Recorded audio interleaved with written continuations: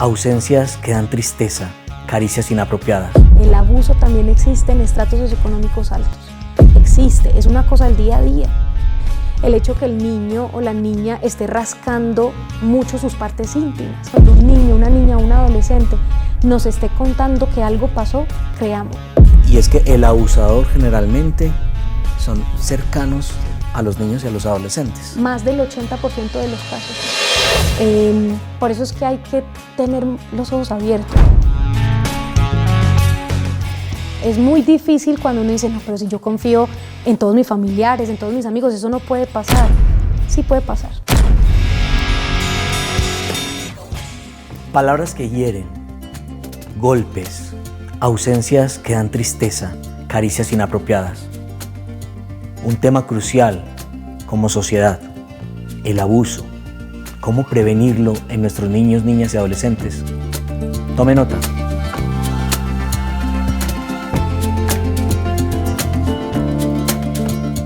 No podremos avanzar como sociedad, como civilización, si no cuidamos nuestros niños y adolescentes. Las cifras son alarmantes. En algunos de nuestros países, alrededor de 40, 50 niños son abusados y maltratados cada día.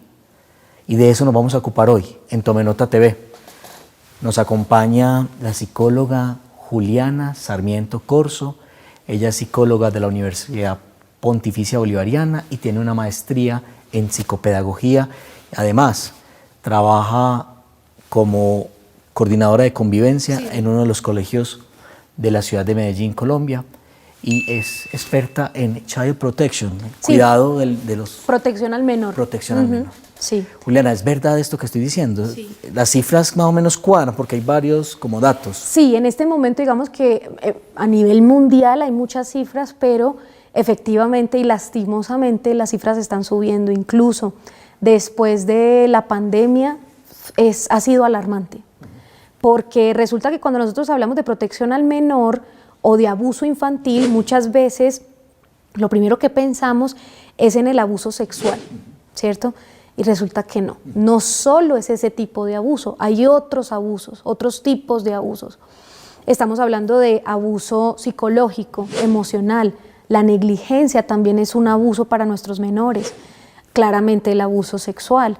Entonces, cuando estamos hablando de esto, claro, el panorama se abre muchísimo y ahí es donde decimos, pues bueno, ¿qué es lo que está pasando? Y sobre todo la pregunta y el reto es, ¿qué podemos hacer nosotros como adultos para poder proteger a esta niñez y esta adolescencia? Hay una cosa que me preocupaba cuando estaba leyendo los datos, y es que son datos que no son reales porque la mayoría de los casos no se denuncian, no se dan a conocer. Digamos que hay un subreporte incluso. A ver, en muchas ocasiones, cuando las personas tienen una historia que conocen, un niño, niña o adolescente que les dicen esto me está pasando, es difícil. Si nosotros como psicólogos muchas veces decimos son casos complejos, ahora una persona que no sabe muy bien de estos temas, de pronto un sobrino, una sobrina, hijo, hija, nieto, en que te esté contando que algo está pasando en su vida, muchas veces las personas no saben qué hacer con esta información. Entonces puede ser minimizada, puede ser desechada, puede ser ignorada. Y lo importante de esto es que incluso cuando las personas creen que hay algún tipo de abuso, lastimosamente hay personas que no saben por qué plataformas o qué camino tomar para reportar. ¿Cuáles son los tipos de abuso que tenemos que estar alertas como adultos que acompañamos los niños, niñas y adolescentes? Sigamos en esta interesante entrevista con la psicóloga Juliana Sarmiento. Tome nota.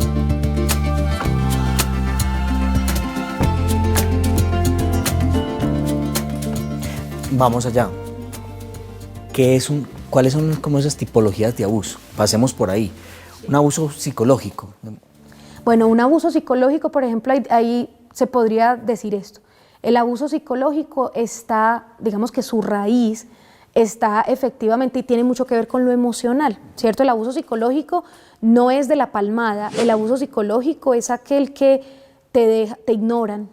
Por ejemplo, ese tipo de a veces de cuidadores que dicen, no, es que cuando yo estoy bravo con el niño o con la niña, definitivamente no le hablo, y no le hablo por varios días.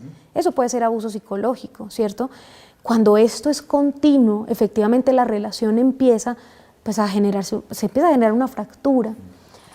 Cuando te están comparando continuamente, cuando te están diciendo, te están dando mensajes de que no eres suficiente, mejor dicho, cuando sea algo que impacta en tu autoimagen y que sea repetitivo efectivamente, aunque aquí voy a hacer una aclaración, no tiene que pasar muchas veces para ser considerado un abuso, ¿cierto? Con una sola vez que pase y depende de la intensidad de esto, sí, totalmente, y se puede reportar. Este es el psicológico. Tenemos, por ejemplo, el físico, que es el que muchas personas pues, conocen más fácilmente. El abuso físico es efectivamente cuando hay algún tipo de golpe, algún tipo de marca que deja en el cuerpo, bien sea con el propio cuerpo o con otros tipos de utensilios, por ejemplo. Y hay ciertas marcas que son muy dicientes, ¿cierto? Por ejemplo, cuando estamos frente a un niño o un adolescente y nos muestra, supongamos, unas marcas en su piel o en su brazo, y resulta que vemos una especie de morados como en un grupito, ¿cierto? Muchas veces es por un agarre muy fuerte, ¿cierto?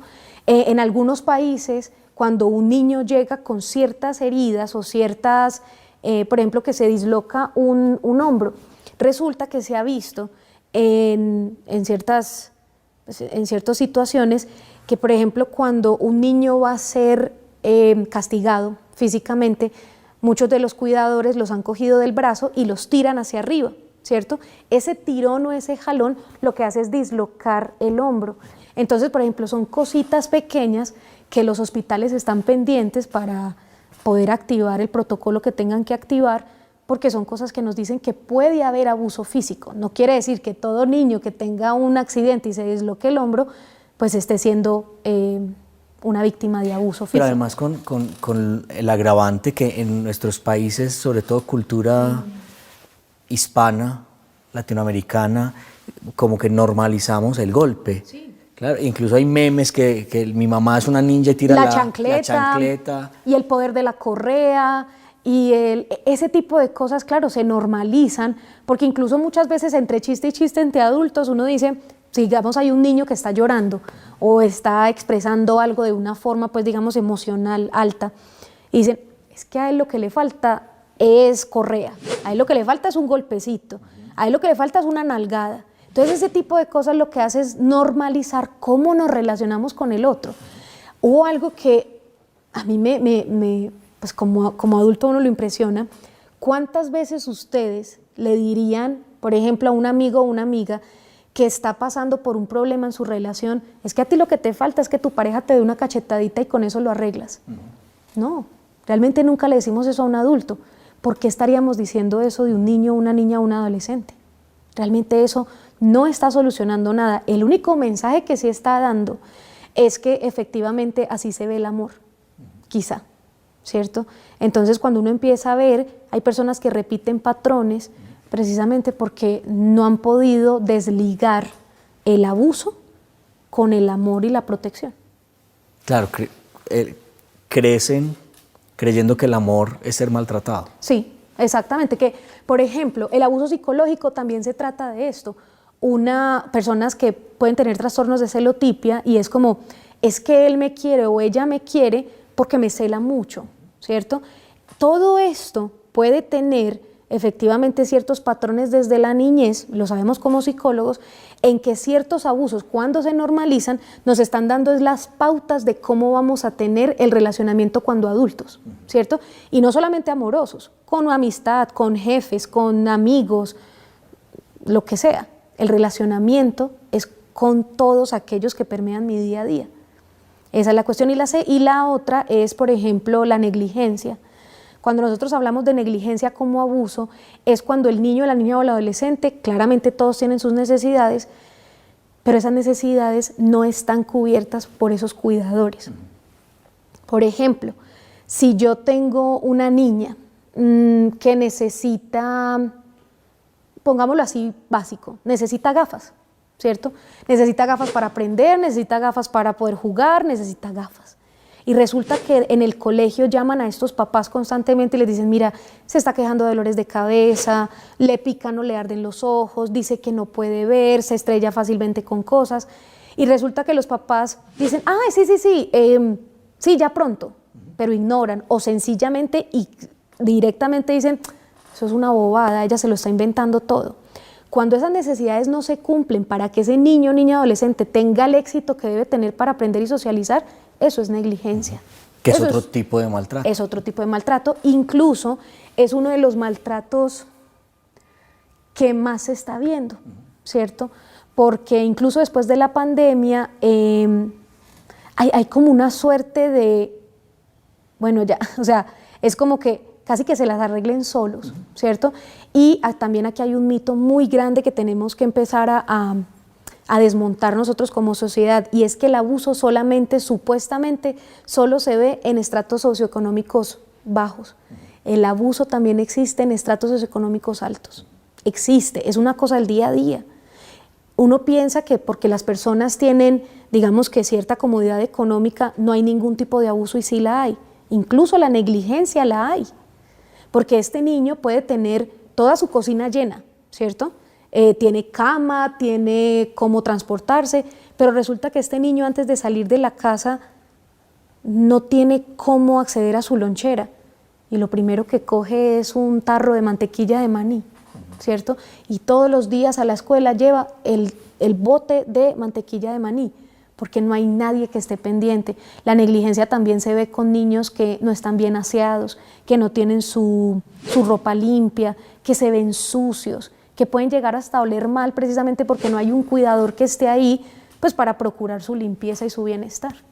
Y de pronto el más que produce más dolor es el de abuso sexual. Sí, totalmente. ¿Cómo se reconoce el abuso?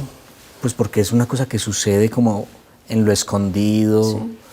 ¿Cómo se reconoce? Pues mira, una de las cosas que también como psicopedagoga es algo importantísimo, y es que esto es una labor entre todos. ¿Por qué? Porque para hablar del abuso sexual tenemos que hablar de prevención del abuso. ¿Esto qué significa?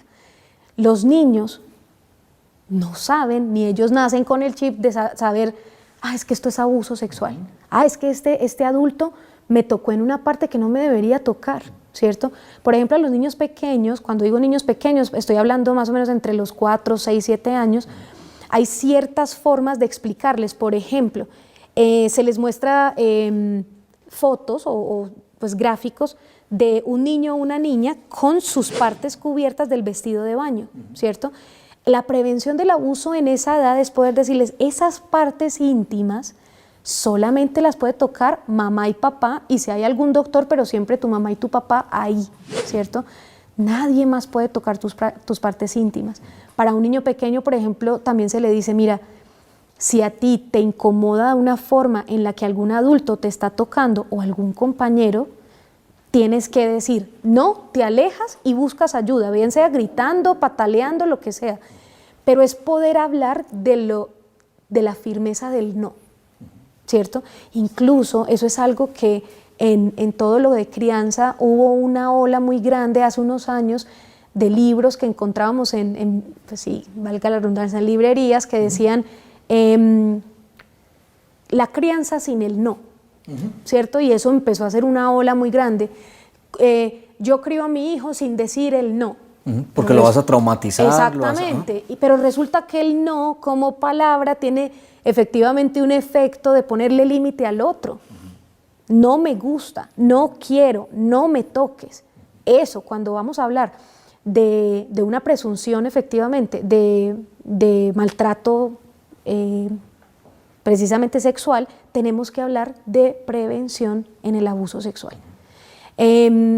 Y este tipo de cosas también lo tenemos que hablar con todos. Aquí en la sociedad todos tenemos que creernos el cuento, porque mejor dicho, tan cuento no es, que todos somos responsables, precisamente de saber, de estar vigilantes, qué es lo que le pasa a este niño, a esta niña, cuáles son las cosas. Por ejemplo, el hecho que el niño o la niña esté rascando mucho sus partes íntimas, ¿cierto? Cuando antes no pasaba, que de pronto se esté orinando fácilmente cuando antes no lo hacía, que esté teniendo pesadillas constantemente en la noche, cuando de repente sienta miedo de estar con ciertas personas solos o de ciertos lugares. Y una cosa importantísima, enseñarles a los niños que hay secretos buenos, hay secretos malos.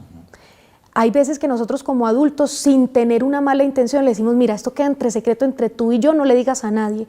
Pero muchas personas que abusan de los niños utilizan eso como una estrategia para mantener la información entre esa persona, el niño o la niña. Entonces, no puedes decir nada porque esto es entre tú y yo y tú sabes lo que puede pasar. Entonces, hay amenazas y demás. Ese tipo de secretos hay que ser absolutamente claros. Hay secretos buenos, por ejemplo, la sorpresa que le vamos a dar a tu mamá el Día de las Madres. Eso está entre nosotros porque es una sorpresa buena, porque a ella le va a encantar. Pero nunca empezar a decir, esto queda entre tú y yo. Yo te doy tal cosa, pero tú no puedes decir nada. Porque lo que le estamos mostrando a ese niño o esa niña es que efectivamente para ganarse algo hay que mantener una información sin decirle a nadie. Y mantener esa información en estos casos es absolutamente riesgoso y para esos niños. Mientras te estaba escuchando, estaba pensando en algo que leí, y es que el abusador generalmente son cercanos a los niños y a los adolescentes. Más del 80% de los casos. ¿Cómo reportar un caso de maltrato y de abuso a nuestros niños, niñas y adolescentes? ¿Cómo acompañarlos como adultos? ¿Cómo hablar? Y sobre todo, ¿cómo creerles? Sigamos en esta interesante entrevista con la psicóloga Juliana Sarmiento.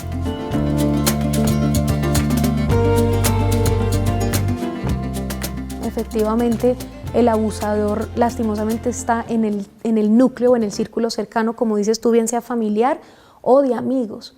¿Por qué? Porque es una persona que se vale de esa cercanía precisamente para obtener favores sexuales del niño o de la niña, ¿cierto?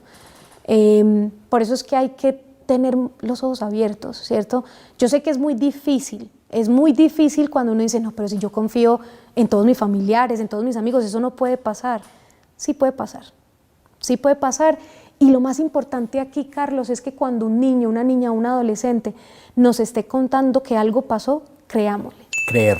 Eso es importantísimo, porque una de las cosas que hablan precisamente las personas que pasaron por este tipo de procesos, que les dolió mucho, es que cuando buscaron a ese adulto de confianza y cuando contaron su historia, la primera reacción de ese adulto fue, ¿estás seguro que eso pasó? De pronto te lo imaginaste. O sea, el no creerle hace muchísimo daño, muchísimo daño.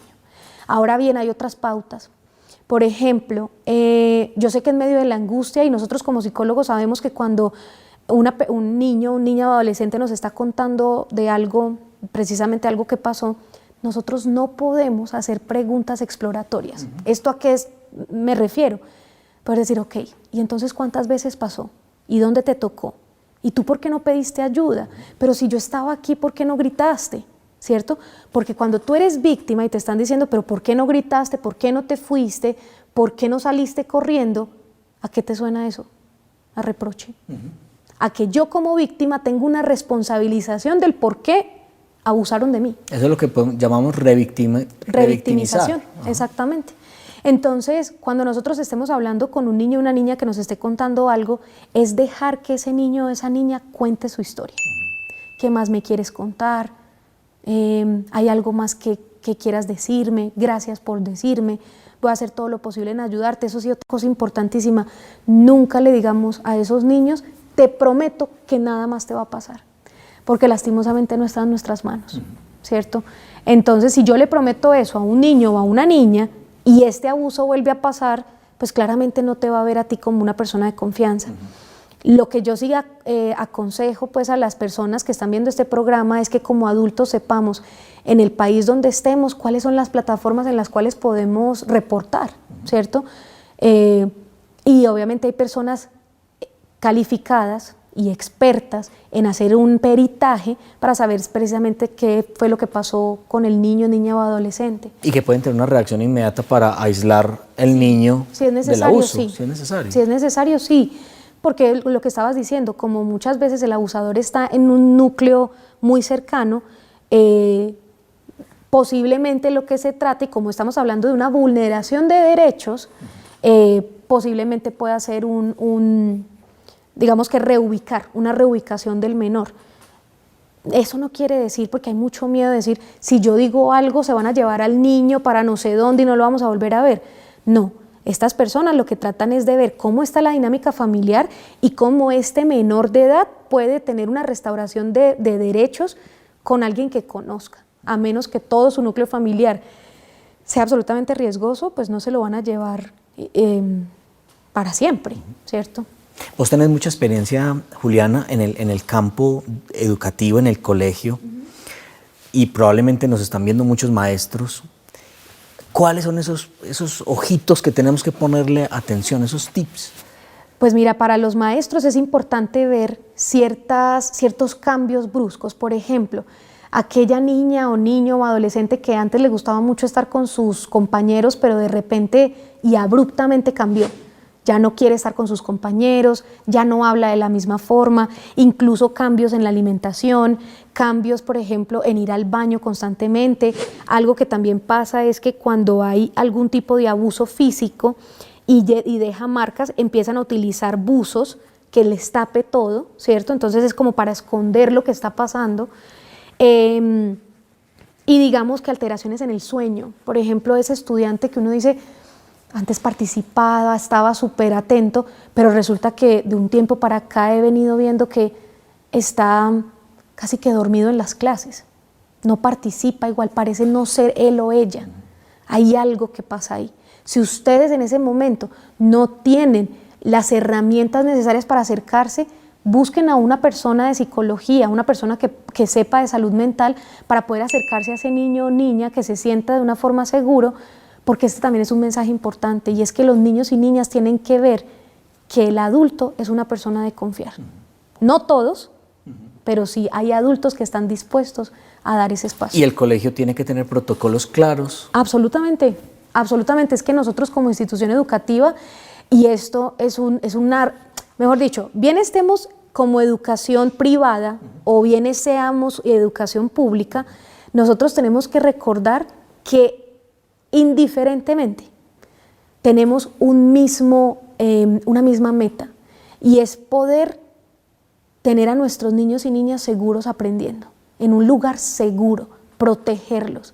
Muchas veces protegerlos, a veces lastimosamente, y eso duele mucho, es de sus propias familias, ¿cierto? De su propio entorno. Entonces sí, en los colegios la invitación es a que ustedes puedan hablar de esto, si son docentes, si son psicólogos de colegios, que puedan tener protocolos de protección al menor, efectivamente, para que cuando salga una situación de esta, como que no nos coja como sin preparar, ¿cierto?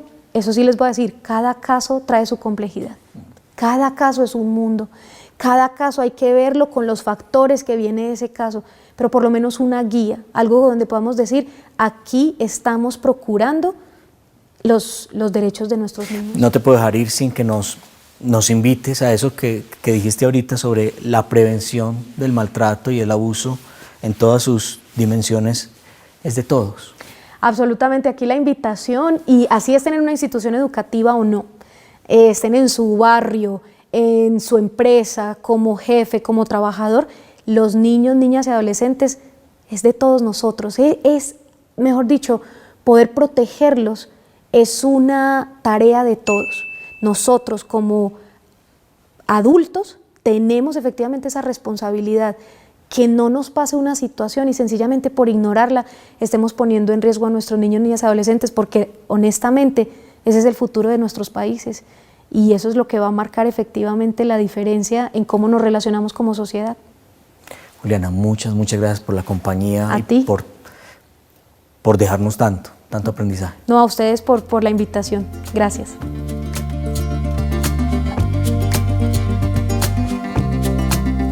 No podemos crecer y avanzar como sociedad mientras permitimos el abuso de nuestros niños, niñas y adolescentes. Por eso es importante estar informados como adultos y tomar cartas en el asunto, creerles y ayudarles a una denuncia oportuna. Gracias por acompañarnos en esta apuesta por la vida integral, por la salud y por la ciencia. Comparte nuestro contenido Y no se te olvide, tome nota. Nos vemos en la próxima.